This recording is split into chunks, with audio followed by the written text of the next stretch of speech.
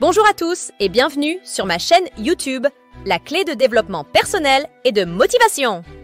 Aujourd'hui, nous allons parler d'un sujet qui nous concerne tous, la procrastination. Vous savez, cette tendance à remettre à plus tard ce que l'on devrait faire maintenant. Que ce soit pour réviser un examen, faire du sport, ranger sa chambre ou commencer un projet, nous avons tous déjà procrastiné au moins une fois dans notre vie.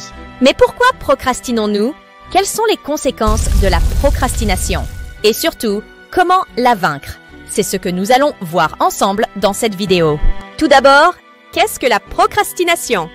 Selon le dictionnaire, la procrastination est l'action de différer, de remettre au lendemain une décision ou l'exécution de quelque chose.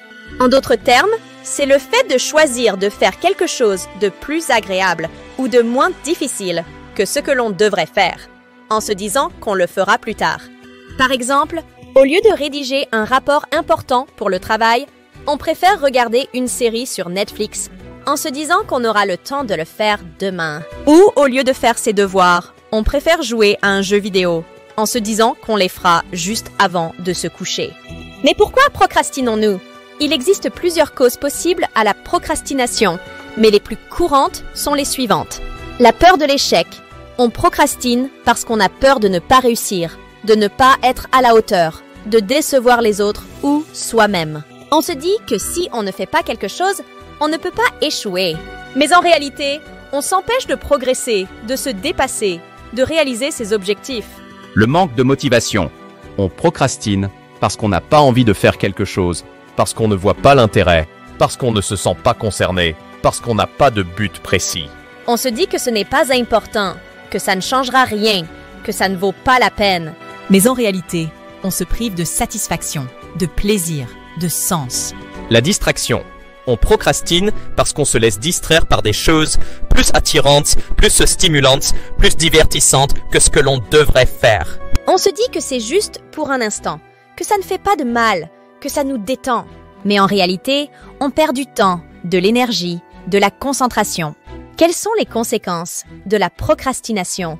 La procrastination peut avoir des effets négatifs sur plusieurs aspects de notre vie, tels que la performance.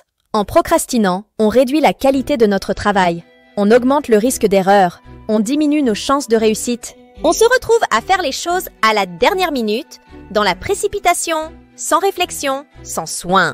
On se met sous pression, on s'expose au stress, à l'anxiété, à la frustration. La confiance en soi. En procrastinant, on se dévalorise, on se culpabilise, on se critique. On se dit qu'on est paresseux, incapable, incompétent. On perd confiance en soi, en ses capacités, en ses potentialités. On se sent mal, honteux, coupable.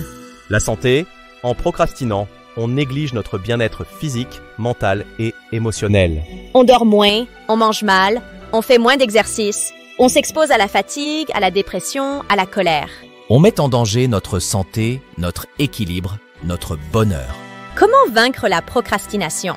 Il n'existe pas de solution miracle pour arrêter de procrastiner, mais il existe des stratégies efficaces pour réduire la procrastination et augmenter la productivité, la motivation et la satisfaction. Voici quelques exemples de stratégies que vous pouvez appliquer dès aujourd'hui. Se fixer des objectifs SMART. Les objectifs SMART sont des objectifs spécifiques, mesurables, atteignables, réalistes et temporels. En se fixant des objectifs SMART, on se donne une direction, un sens, une motivation. On sait ce que l'on veut, pourquoi on le veut, comment on va l'obtenir, quand on va l'obtenir. On se sent impliqué, engagé, responsable. Planifier ses tâches. Planifier ses tâches, c'est définir à l'avance ce que l'on va faire, quand on va le faire, comment on va le faire, combien de temps on va y consacrer. En planifiant ses tâches, on se donne une structure, une organisation, une discipline. On évite la dispersion, la confusion, l'improvisation. On optimise son temps, son énergie, sa concentration. Se récompenser, c'est s'accorder des moments de plaisir, de détente, de gratification, après avoir accompli une tâche. En se récompensant, on se donne une incitation, une stimulation, une satisfaction. On renforce le lien entre l'effort et le résultat entre l'action et la récompense. On se félicite, on se valorise, on se motive. Conclusion. La procrastination est un phénomène courant, mais qui peut avoir des conséquences négatives sur notre performance, notre confiance en soi et notre santé. Heureusement, il existe des stratégies efficaces pour réduire la procrastination et augmenter la productivité, la motivation et la satisfaction. Parmi ces stratégies, on peut citer se fixer des objectifs SMART, planifier ses tâches et se récompenser. De plus, on peut utiliser des outils pratiques comme l'application Pomodoro App qui utilise la méthode Pomodoro pour nous aider à rester concentrés et à gérer notre temps.